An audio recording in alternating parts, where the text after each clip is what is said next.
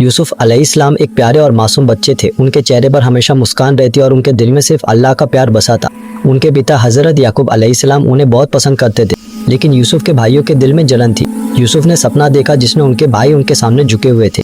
यह सपना भाइयों के लिए एक फितना बन गया। यूसुफ की मासूमियत और प्यार भरी मुस्कान ने घर के हर कोने में रोशनी फैलाई, लेकिन भाइयों के लिए यह एक दर्दनाक एहसास था। भाइयों ने योजना बनाई कि यूसुफ को कैसे उनसे अलग किया जाए। उन्होंने यूसुफ को कुएं में गिरा दिया और हजरत याकूब को झूठ बताया कि एक भेड़िया ने उसे खा लिया। हजरत याकूब का दिल टूट गया, लेकिन उन्होंने सब्र को अपना सहारा बनाया। यूसुफ ने कुएं में भी अल्लाह से दुआ की, या अल्लाह, मुझे सिर्फ तेरी हिफाजत की जरूरत है। यह छोटे से बच्चे का विश्वास और सब्र था जो उसे हर मुश्किल में मजबूत बनाए रखता था। कुएं में यूसुफ ने अपनी तन्हाई में सिर्फ अल्लाह को अपना सहारा पाया। हर रात उनकी आंखें दुआ और शुक्र से भरी रहती।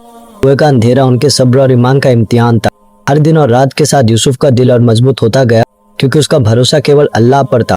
यूसुफ को मिस्र बेचा गया, जहाँ वह एक घर के लिए काम करने लगे।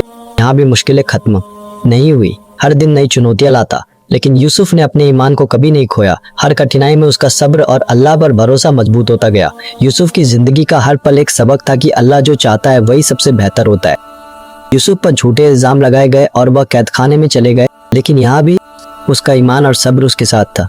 कैद खाने में उसने दूसरों को सिर्फ अल्लाह के रास्ते पर चलने का पैगाम दिया। यहीं से उसके सब्र का फल दिखाई देने लगा। अल्लाह ने यूसुफ के सब्र और ईमान को देखा और उन्हें मुल्क और इज्जत दी। मिस्र का हुकूमत यूसुफ के हाथ में आया और उसने इंसाफ और सच्चाई के साथ लोगों की मदद की। वह सिर्फ एक आदमी नहीं, बल्कि एक मिसाल बन गया कि सब्र और अल्लाह पर भरोसा कभी बेकार नहीं जाता।